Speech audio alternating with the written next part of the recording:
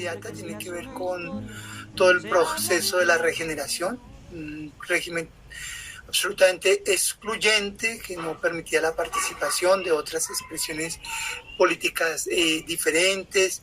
También se invoca causas económicas. Hay un texto de Charles Berkis sobre café y conflicto, donde se señala cómo la caída de los precios del café estimuló la guerra. Pero yo diría que hay una reflexión muy importante en términos de lo que es la sociología de la guerra, de entender cómo la guerra se convirtió en el siglo XIX en un elemento importante de la dinámica política. Entonces digamos que todos le apostaban a la guerra porque además pensaban que iba a ser una guerra corta. Ese fue como el cálculo erróneo que tuvieron. La guerra anterior había durado unos meses, si acaso. Entonces, siempre se pensó, cuando se inició la guerra de los 1000 días, que iba a ser una guerra como muchas otras guerras que había vivido el país. Pero mi historia es difícil, no voy a hablarles de guerras civiles. Lo que van a generar es una identidad política muy fuerte, sectores del pueblo que ven como una sumatoria de agravios, de identidades en términos de que mi abuelo, mi padre fue liberal, participó en tal guerra, y entonces eso como que motivaba una identificación política. Entonces había como una disposición en términos de que la guerra pues había que irla y había que abandonar todo para asistir a ella. Es una historia que tiene que ver con el curso de la Vía Láctea. Es una historia. El papel de las guerrillas es muy, muy importante y en varios términos, digamos, en términos del relato hegemónico oficial, que nos habla todavía de que las guerrillas surgen en Colombia como expresión de la revolución cubana, y bueno, y es un poco ese discurso con el comunismo. No, en Colombia los liberales, los conservadores, los partidos tradicionales fueron los que utilizaron la guerra de guerrillas como un mecanismo de lucha. Y en ese sentido el Partido Liberal fue muy importante. De hecho, yo podría sustentar que la guerra se acabó cuando estas guerrillas empezaron a salirse de las manos del Partido Liberal, que ellos entendieron que estas guerrillas como que tenían una dinámica que ya no obedecían tanto a los jefes liberales.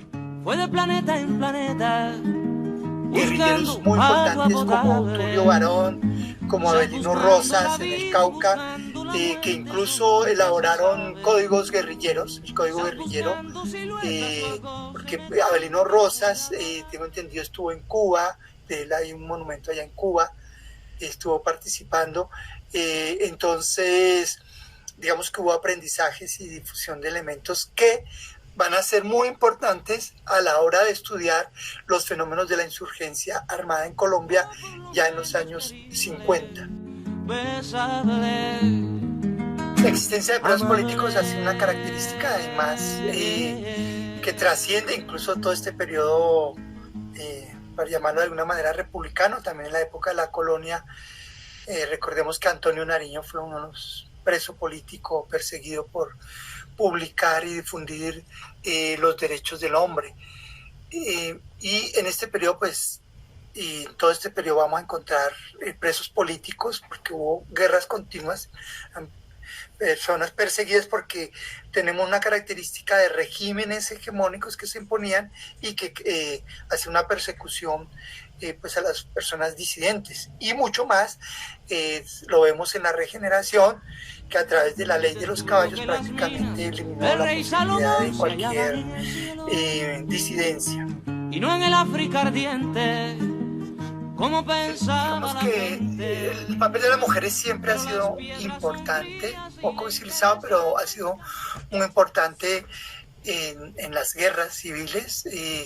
Carlos Eduardo Jaramillo, en este texto, como los guerrilleros del 900, le dedica un capítulo importante a analizar el papel de la mujer, que siempre, digamos, en las guerras, como lo fue en la independencia, tuvieron un papel de apoyos importantes, de transmitir mensajes, de hacer todo un trabajo de apoyo material al proceso, digamos, y a los ejércitos, sean liberales o conservadores.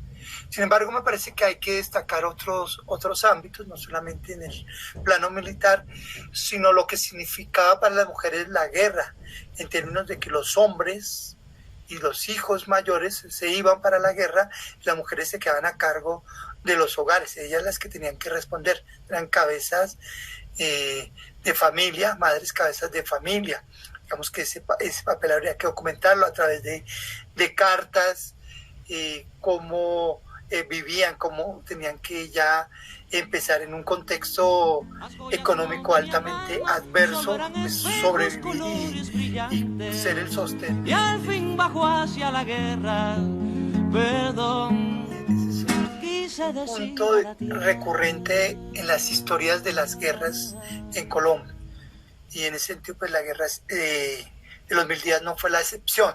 Digamos, lo que ha pasado acá es que siempre se llega a un armisticio y como borrón y cuenta nueva, ¿sí? Todo un discurso de la rehabilitación, de la reconciliación, bueno, estamos en una era de paz y desarmemos los espíritus, todo eso, pero en términos prácticos de acompañamiento, y eso por eso siempre ha quedado abierto de esos procesos, no ha habido reparación.